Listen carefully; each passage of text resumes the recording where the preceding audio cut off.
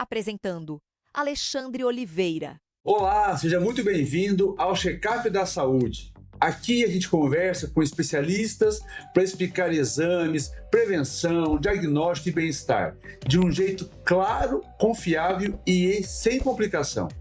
Hoje, no nosso episódio, nós vamos falar sobre o cérebro, comportamento, atenção, memória e sinais que muitas vezes passam despercebidas.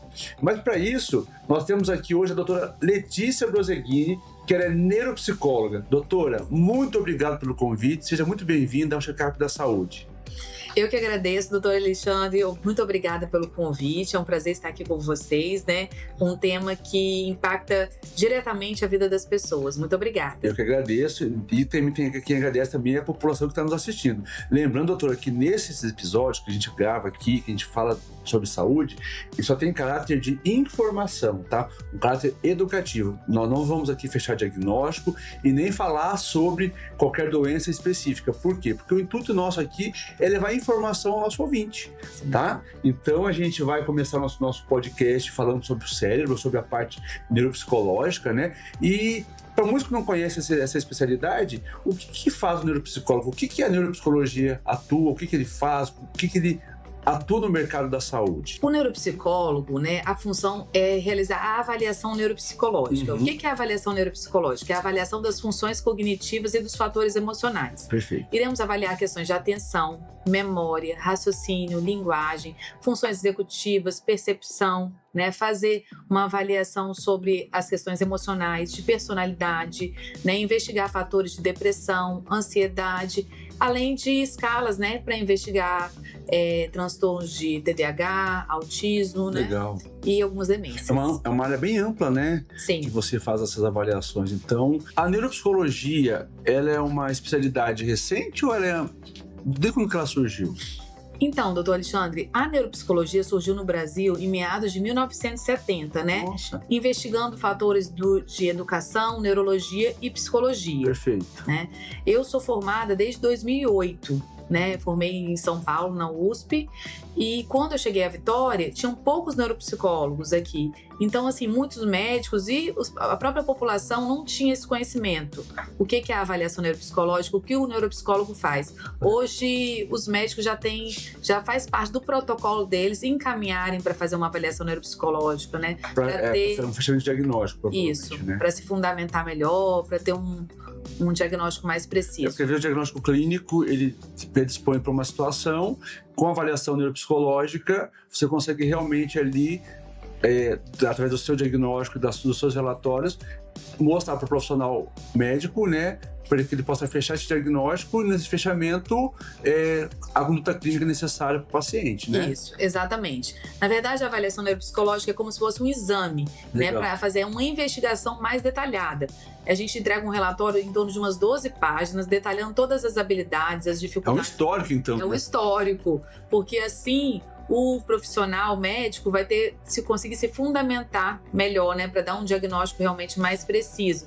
E nesse relatório abordamos várias questões em relação às habilidades, às dificuldades, funções cognitivas, né, personalidade e... É um raio-x geral da patologia ali. Que, no caso, a ressonância, a tomografia, o eletroencefalograma irá conseguir fazer esse tipo de detalhamento, né? Ah, legal. Legal, porque muitas das vezes só tinha, há pouco tempo atrás... Análise qualitativa. Qualitativa, né? Hoje você consegue ser mais assertiva dentro dos testes que são dentro da especialidade para esse fechamento, né? Isso, do diagnóstico. Isso mesmo. Doutora, uma pergunta que me veio na minha cabeça aqui agora. Qual que é a diferença da psicologia convencional da neuropsicologia?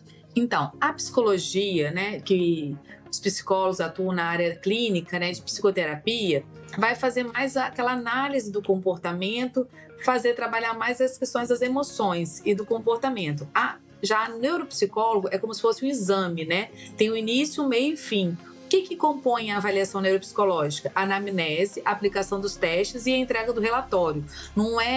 São sessões assim determinadas, né, durante um ano. Você não faz sessão, você faz diagnóstico. Diagnóstico. Na verdade, é um conjunto de sessões, né? que leva em torno de 7 sessões Legal. para fazer Então, fechar o não diagnóstico. vou confundir a neuropsicologia com terapia psicológica. Não. Totalmente diferente. Totalmente diferente. Você vai lá, na primeira sessão, na anamnese, a gente faz toda essa investigação do histórico, desde que o paciente nasceu, né, desde a infância, e a gente vai montar um protocolo com os conjuntos de testes que serão aplicados ao decorrer. Segue um planejamento Segue um específico. planejamento específico, de acordo com a queixa principal. Ah, legal. Então é bom a gente ressaltar que a psicologia ela trabalha com sessões de terapia, né, que pode variar, depende da avaliação do profissional, até mais de 15, 20 sessões, depende até anos, né, de tratamento, terapia.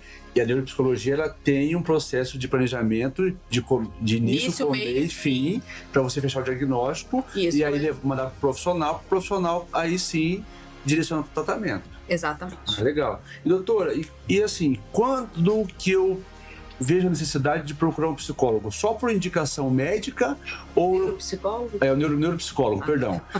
Quando que eu vejo a necessidade de procurar um neuropsicólogo? Só quando o médico profissional, né, o psiquiatra, o geriatra, pediatra, enfim, ele indica, ou eu, como um cidadão convencional, vejo que o meu filho tem percebo, talvez, tem algum distúrbio, eu posso procurar esse profissional já? Como que é? Como que seria? Então, na clínica estamos abertos, né? Não necessariamente o paciente precisa vir através de um encaminhamento de um médico, né? Mas geralmente, né, os pacientes vêm através de encaminhamentos de médicos, geriatras, psiquiatras, neurologistas, pediatras, né? Mas pode ser encaminhado também através da escola, né? Quando vê que tem uma criança... Hoje também tem a parte da neuropsicopedagogia, né? Sim. Que as escolas hoje têm os professores pedagogos que vão para essa área também da neuropsicopedagogia, que eles também podem fazer esse encaminhamento para você, né? Sim, mas aí a neuropsicopedagogia é um pouquinho diferente da neuropsicologia, Perfeito. Né? Porque a neuropsicologia você tem que ser formado realmente em psicologia. Perfeito. Né? E a neuropsicopedagogia você pode ser formado em pedagogia. Pedagogia, perfeito. E aí são diagnósticos diferentes, na verdade. Ou elas se correlacionam? Não, são áreas diferentes. Isso. Perfeito. Porque, na verdade, o psicólogo, ele tem o domínio de aplicar alguns testes que o pedagogo não pode, que é exclusivo da dentro do conselho de ética. Isso, dentro do conselho do CRP. Perfeito. Então... É legal, porque às vezes o pessoal confunde, né, a neuropsicopedagogia com a neuropsicologia, né? Então, embora tenha uma percepção, vamos dizer assim, de detectar possíveis distúrbios, mas são viés diferentes, né? Sim, isso. Ah, legal. Então, assim, e também aquela questão, quando o paciente ele procura um neuropsicólogo para um fechamento de diagnóstico, por exemplo, que você verifica a necessidade de indicar para um profissional, também você tem essa liberdade de indicar, se é uma paciente idoso, por exemplo, que você fechou um diagnóstico, por exemplo, de uma demência ou de um Alzheimer, alguma coisa assim, você encaminha para o geriatra ou para o neurologista, enfim, você também tem essa percepção de, às vezes, aquele paciente não tem essa instrução ou não tem ainda esse profissional, também e eu posso estar encaminhando, com certeza. Então, são 3 viés, né? O médico encaminhar para nós, a escola, ou o próprio paciente que faz investigações através de internet, né? De outros meios de comunicação e que acham, por exemplo, né? A gente está aqui conversando, falando do assunto, você que está em casa pode querer procurar uma ajuda ou pegar uma informação, uma orientação, pode procurar você no seu consultório, Sim. Você fazer uma avaliação e nessa avaliação indicar um profissional habilitado, já que se ele já não tenha, né? Sim. Então, como a gente tem aqui um caráter de informação e de orientar você que está em casa, o objetivo nosso é esse, justamente te dar esse Então, assim, qualquer pessoa pode estar sendo submetida a uma avaliação neuropsicológica. Não precisa de nenhum encaminhamento. Eu quero fazer uma avaliação neuropsicológica, eu quero me entender melhor, eu quero ter um conhecimento melhor sobre o meu perfil de personalidade, eu quero saber se eu tenho altas habilidades, eu quero saber se eu tenho uma hiperatividade, um déficit de atenção, eu quero saber se eu estou dentro do espectro. Meu perfil comportamental. Sim, eu quero traçar meu perfil de personalidade, eu quero saber o meu QI, né? Então, quero saber se realmente eu tô dentro do espectro autista. Então, tem vários questionamentos que a pessoa pode, por si só, querer fazer essa investigação e depois, se realmente confirmar através do relatório, ela leva ao médico responsável, né? Especialista, para realmente fundamentar, porque na verdade muitos dos diagnósticos são através de uma equipe multidisciplinar. Legal. E um exemplo, agora também achei que interessante, eu também tenho empresas, se eu quiser, por exemplo, trazer um neuropsicólogo para minha empresa para fazer uma avaliação comportamental dos meus colaboradores, meus funcionários, é também interessante, né? Sim, nós fazemos também legal. Essa avaliação, né, para traçar o perfil, porque muitas empresas também já têm como um protocolo, no exame admissional, fazer essa avaliação psicológica, né, para realmente investigar o raciocínio, se a pessoa tem algum déficit de atenção, se a pessoa tem uma certa agilidade, se ela tem uma impulsividade, se ela é uma pessoa ponderada, se ela é emocionalmente instável. Então, as empresas, às vezes, quando um cargo, às vezes, de liderança, um cargo que precisa de uma responsabilidade maior, ela solicita essa avaliação psicológica para conseguir ter um conhecimento melhor, porque às vezes numa entrevista ela não vai ter conseguir, né? Para ter uma assertividade e evitar aquela questão de admissão, demissão, né? Erro e acerto. Que legal. Olha aí, uma vasta área de atuação, né? Sim. Então, é comportamento humano, na verdade, doutor. Então, a gente está trabalhando nessa parte de comportamento humano. E tem muitas empresas, a maioria, por exemplo, essas grandes empresas, né? Arcelor, Vale, Petrobras, já é protocolo fazer essa avaliação. Legal. Doutora, esse aumento de diagnóstico, né? Hoje vemos muitos diagnósticos de autismo e de TDAH. Estamos diante de um aumento real ou estamos diagnosticando melhor hoje? Porque um exemplo meu aqui. Antigamente, os idosos, quando eles falavam assim, está caducando, né? Perde memória, se repetia várias situações, a gente falava que estava caducando. Não tinha um diagnóstico certo, assertivo, como tem o Alzheimer hoje. Então, essas doenças já existiam ou é hoje porque as ferramentas estão melhorando o diagnóstico? Como que é isso? Ou já existia essa demanda grande antigamente, ou é só agora que está sendo evidenciada por causa dos diagnósticos mais precisos? Então, eu acredito que realmente essas doenças sempre existiram, né? Tanto o autismo, o TDAH, as demências, só que agora realmente existem ferramentas diagnósticas mais precisas, né? E os médicos também estão se especializando mais, né? E aí acabam conseguem ter esse diagnóstico mais preciso. Até porque hoje a gente, de acordo com os estudos, né? Os acessos são mais ampliados ao conhecimento científico do mercado científico como um todo. Então, assim, por ser está sendo evidenciado hoje, na verdade, essas doenças neurodegenerativas, como Alzheimer, como o TDAH, né, que está aí em evidência. A gente vê porque tem pessoas aí hoje com 40, 45 anos, 50 anos, que detectaram agora que estão com TDAH, o nível, depende de acordo com o Sim, nível, né? Antigamente não existiam ferramentas para dar esse diagnóstico, né? E falava-se só a criança mais agitada, né? Aquela pessoa tem mais atenta, mais organizada, mas não existiam ferramentas para realmente confirmar. E os médicos também não tinham essa especialidade, né? Eu acho que não era passado também, isso era passado na universidade, eles não tinham esse conhecimento. Eu acho que não tinha tanta importância, né? Porque assim, a gente entende que até mesmo, pode ser até que seja uma percepção minha, após pandemia parece que está mais em evidência esses problemas psicológicos, né? Sim. Então, parece que a gente vê que nos últimos 5, 6 anos, parece que aumentou o índice de detecção realmente de autismo, de TDAH, de Alzheimer. Eu digo porque eu tenho minha sogra, ela também tem Alzheimer, ela já mora numa casa de repouso, porque não conhece mais a gente. E assim, a gente começou a detectar lá com a demência, aí a gente foi no neurologista, ele falou, isso é demência, né? Aí não tinha ainda um quadro fechado, isso há 10 anos atrás, tá? Tem demência. Então, a gente foi levando com demência, a gente foi fechar o diagnóstico mesmo de Alzheimer depois de uns 5 anos atrás, que a gente foi fazer realmente esse teste com um geriatra, depois para o neuropsicólogo. Fez a avaliação e fechou o diagnóstico de Alzheimer mesmo. Mas até então era com uma demência. Né? Porque existem, na verdade, são várias demências, né? Tem a demência vascular, né? Demência de corpos de Levy, tem a demência frontotemporal e tem o Alzheimer. Né? Então, essa avaliação, com essa avaliação neuropsicológica, o médico vai ter ferramentas para conseguir realmente realizar um diagnóstico mais preciso, além do exame clínico dele, né? Então ele vai pegar a ressonância, Isso aí. vai pegar a minha avaliação neuropsicológica e vai fazer a análise clínica dele no consultório para fechar realmente o diagnóstico. Então assim, a gente que vive dentro desse cenário, né, do Alzheimer, a gente entende que é necessário ter esse corpo clínico, né, do profissional, juntamente com a equipe multidisciplinar, para que esse diagnóstico seja fechado e a conduta clínica ela seja feita de uma forma mais rápida, porque a gente entende que é triste para a família, né, doutor? Então, assim, igual eu sempre falo com a minha esposa, a gente precisa, quem tem um paciente com Alzheimer em casa, ele precisa de ter um acompanhamento também psicológico, porque não é fácil, né? Não é fácil, é uma doença aí que está acometendo muitos idosos. Quanto à predisposição, a gente entende que algumas doenças podem acontecer precocemente, né? Como, por exemplo, a gente vê casos na mídia aí, pessoas mais jovens, né?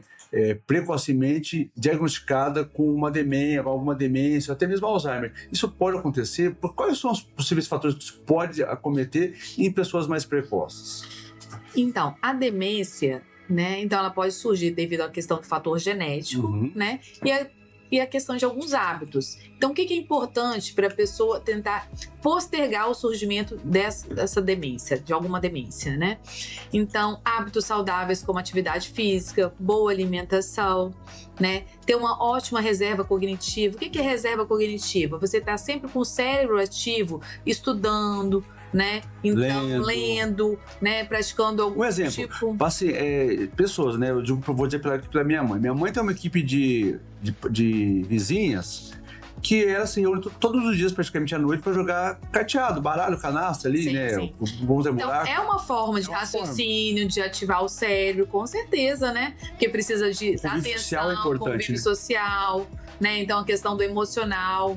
Legal. Então, são um conjunto de fatores, né? Um fator determinante, né? Então, você tendo uma boa reserva cognitiva, você fazendo uma boa alimentação, você praticando atividade física, isso tudo pode postergar o surgimento de alguma demência. A depressão pode ser um causador? Sim, pode. As pesquisas indicam que você não estando bem emocionalmente, né, o seu corpo não estando bem, então naturalmente pode ser um fator para desencadear a doença mais precocemente. Eu posso dizer, aquele ditado popular aqui, mente sã, corpo são, mente doente, corpo doente? Exatamente. Legal. Doutor, e outra coisa, o autismo, né?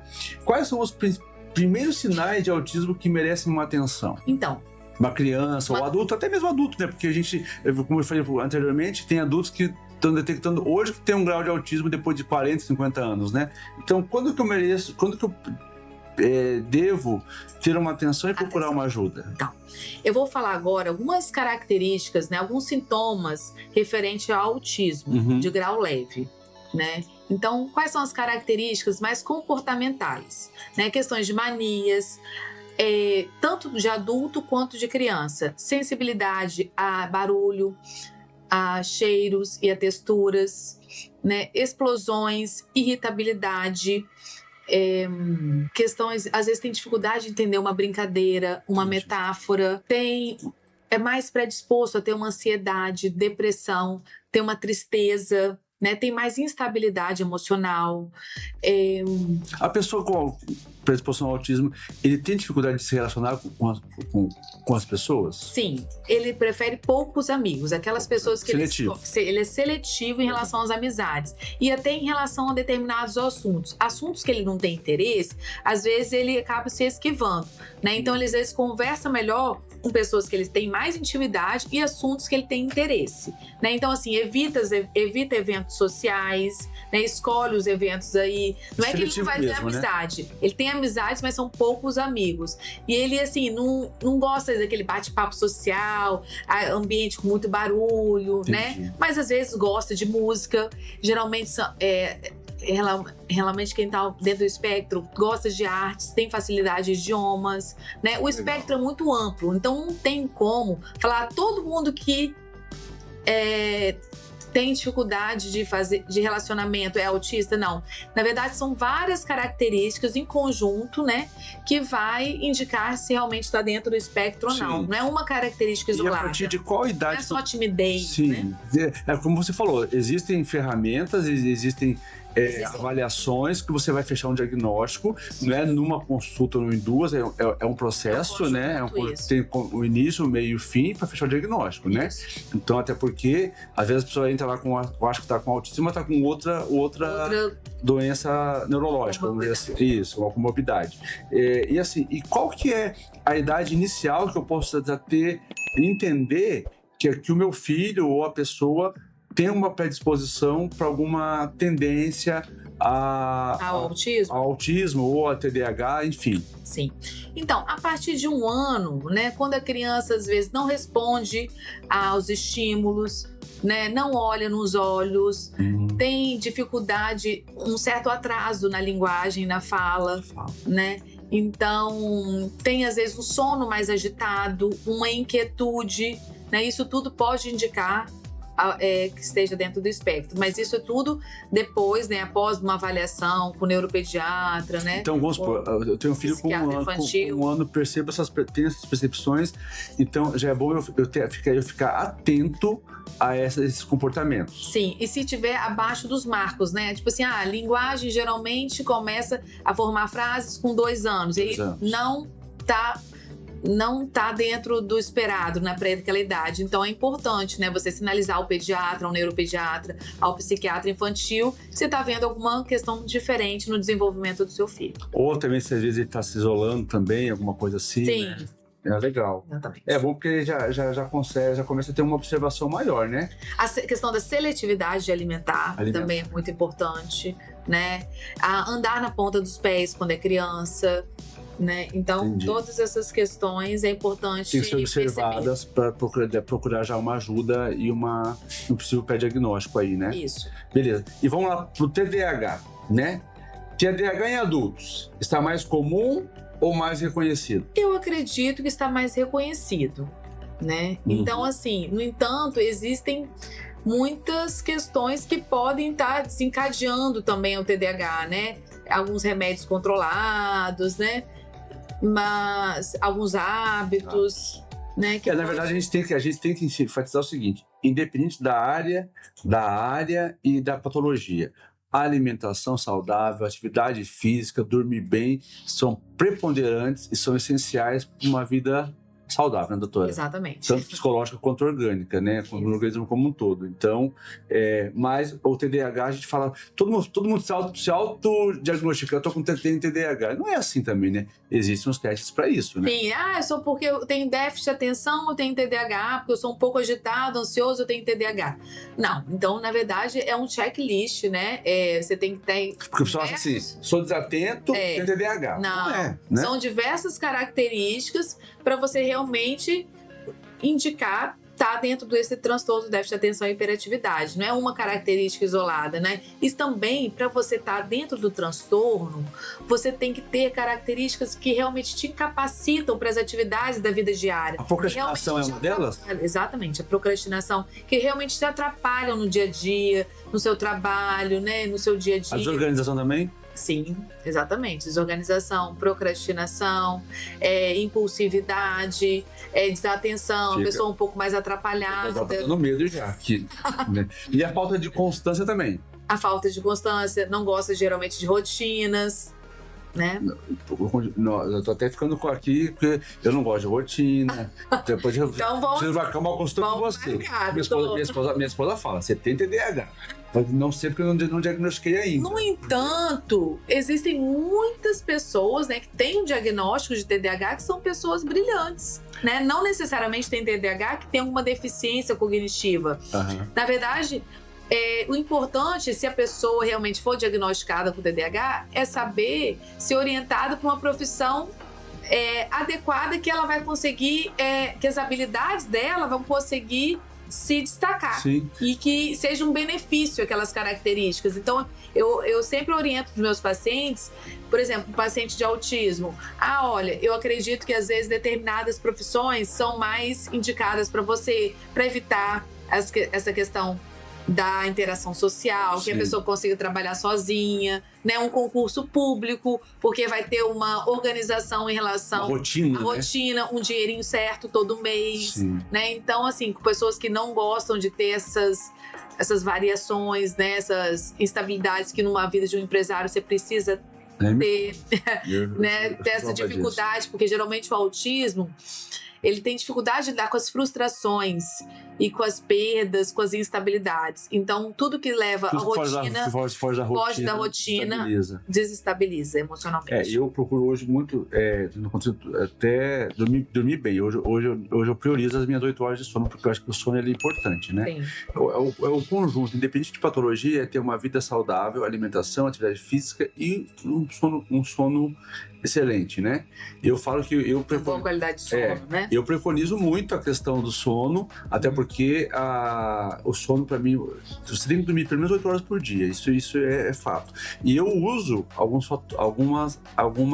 recursos, por exemplo, nós estamos tomando esses chazinhos aqui, né?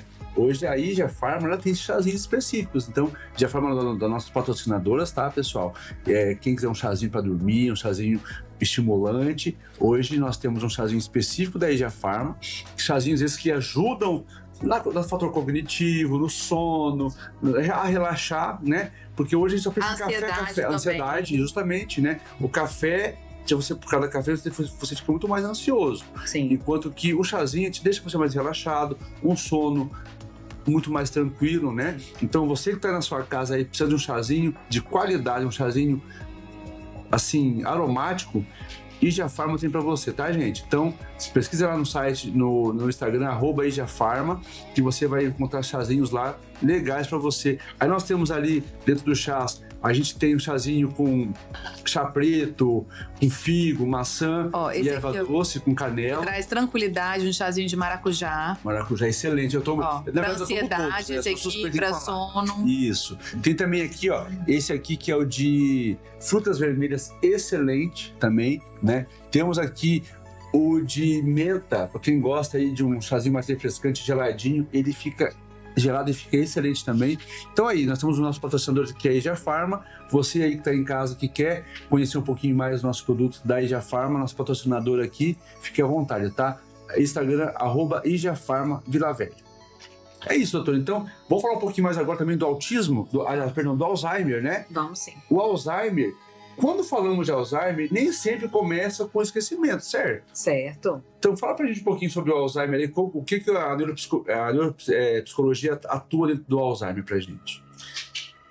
Então, a avaliação neuropsicológica para demências, né? Então, geralmente, um geriatra que começa a perceber algumas alterações, né, cognitivas, comportamentais do paciente, indicam para fazer a avaliação neuropsicológica. Quando que eles indicam? Quando eles não têm a certeza, no início dos sintomas, né? No início da doença. Então, quais são as primeiras características, os primeiros sintomas que aparecem no paciente? Às vezes, o paciente está um pouco mais repetitivo. Você fala O Alzheimer assim, não sou da área da neuro, né? É a repetição do passado, né? Pensa muito no passado, não, é isso? Não? Não? Não. Em relação ao Alzheimer, é mais repetitivo em relação ao presente. As questões do passado, ela lembra naturalmente, tranquilamente. Geralmente, por exemplo, se você me pede para fazer alguma situação, aí daqui a 1 hora eu pergunto a mesma coisa para você. O que você me pediu mesmo?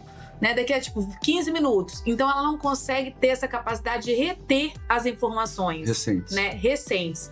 Assim, vai ali comprar algo no supermercado. Ela depois precisa anotar tudo, porque ela tem essa.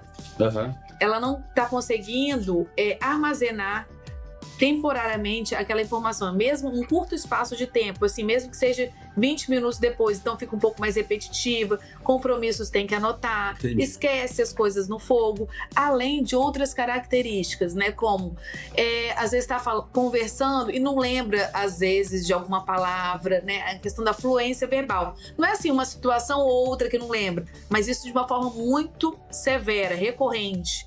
Né? Então, às vezes está um pouco mais irritada, Alteração do comportamento. A alteração do comportamento. Porque ela fica por não ter lembrado há pouco tempo uma situação anteriormente e fica irritada por não ter lembrado, certo? Sim. Além de também aparecer, às vezes, até alguns tipos de alucinações, né? Então, assim, são várias características, vários sintomas que irão aparecendo de forma eventual e, com o passar do tempo, vai aumentando essas características de uma forma mais frequente. Falando isso agora, me veio um filme na minha cabeça, ele manda minha sogra também. Ela começou a gente começou a perceber isso nela, porque ela começou a falar muito do passado, para justificar o presente. O presente. Porque eles têm domínio do passado, né? Sim. Então, uma perguntinha bem simples que a gente faz no Mini-Mental, que é o exame de estado mental, é, por exemplo, perguntar, quando o paciente já está no estágio mais avançado, moderado, não sabe, às vezes, nem que ano. E, às vezes, o próprio familiar, às vezes... Nem dia da semana. Nem dia da semana. Então, assim, que ano você está? Qual é o nosso ano hoje? Que ano nós estamos? Qual é o dia da semana? Que dia do mês? Em que mês nós estamos? Né? Então, assim, perguntinhas simples que às vezes você vai poder já acender um alerta, né? E falar assim, não, alguma coisa tá errada, né? Às vezes uma falta de compreensão, fala assuntos desconexos, você pergunta uma coisa e responde outra, né? Então, assim, algumas questões que você vai observando que tem umas certas confusões mentais. Então, esses são pontos de alerta que a gente já tem que investigar, né? Exatamente. Tem que correr atrás para a gente poder investigar. Porque muitas vezes o geriatra, o neurologista, quando está numa fase inicial, ele não consegue dar esse diagnóstico. E nem na ressonância aparece, né? Então, por isso que precisa da avaliação neuropsicológica para conseguir ter essa sensibilidade, fazer essa análise qualitativa, Entendi. Né? Quantitativa. E como que eu diferencio isso de uma fase ou de um problema real? Aí o médico, né, o neurologista, que realmente vai fazer essa análise. Perfeito. Através de exames, né, de ressonância, da avaliação neuropsicológica e do exame clínico dele. Perfeito. Aí eu posso dizer que ele vai buscar avaliação, vai procurar um especialista, né? Sim. Vai fazer avaliar, essa confirmação. Vai avaliar esse impacto, que se ele é só uma causa, se já é um fator preponderante, que já está causando algum problema. Isso. Né? E depois observar a persistência. Se isso está sendo persistente, aí sim já iniciar o tratamento. Sim. Conforme o diagnóstico, fechar o diagnóstico também. Sim, porque também, às vezes, só tô com uma questão de memória. Pode também ser outras questões, né? Às vezes a pessoa toma outros remédios controlados, né? Ansiolíticos. Às vezes a pessoa tá num período de estresse muito alto, né? Então, às vezes a pessoa tá realmente abalada emocionalmente por alguma situação, depressão, isso tudo pode ter alteração cognitiva. E assim, então não existe assim, um tratamento específico, cada caso é um caso, né? Sim. O profissional, juntamente com o seu diagnóstico psicológico, fecha o diagnóstico, aí o profissional médico, ele que vai fechar o tratamento medicamentoso necessário para aquele grau, aquele nível da doença, né? Sim. Porque o Alzheimer também passa por níveis, não passa? Sim. São vários estágios, né? Então, o que é importante também? Você teve um diagnóstico de algum tipo de demência. É importante, às vezes, procurar um nutricionista ou um nutrólogo, né? Para melhorar a questão da base alimentar, fazer atividade física.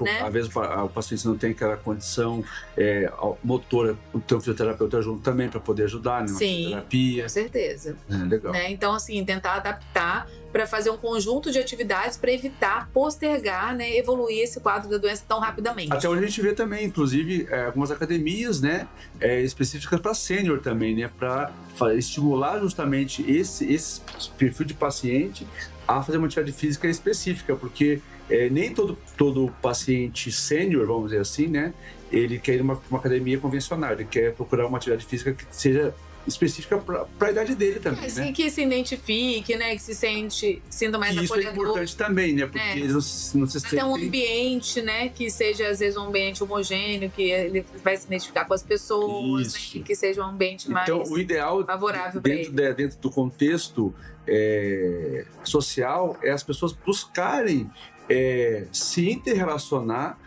com as pessoas do seu meio, mas que elas se sintam felizes e também não se sintam excluídas, né? Exatamente. Porque isso também pode, uma vez que você se sente excluído, pode ser um fator também de você ficar mais recolhido, aumentar ali a depressão. Sim. E com isso desencadear outras patologias, né? Exatamente. Agora, uma pergunta que eu quero te fazer aqui, se você consegue aí me dar uma visão ampla.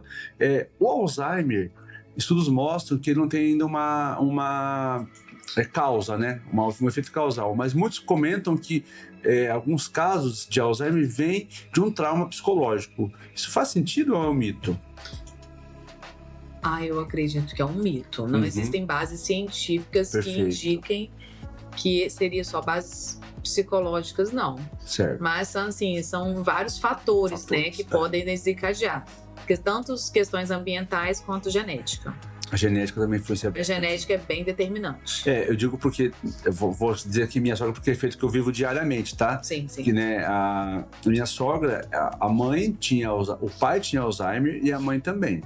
Só que ela, aos 70 anos, por um fator de estresse muito grande de uma separação, eu acho que desencadeou mais ainda. Sim. Não existem confirmações científicas, mas é aquele conjunto, né? Tantas questões emocionais, genéticas que podem estar... A gente percebeu depois que ocorreu esse fator mais estressante da separação, um exemplo, que desencadeou mais, vinha demência, vinha todos esses problemas causados, e hoje ela está no estágio bem avançado da Alzheimer, não conhece mais a gente também. Essa questão psicossomática, né? Então, o estresse, né? O fator emocional realmente pode estar desencadeando, favorecendo para desencadear mais rapidamente algumas doenças.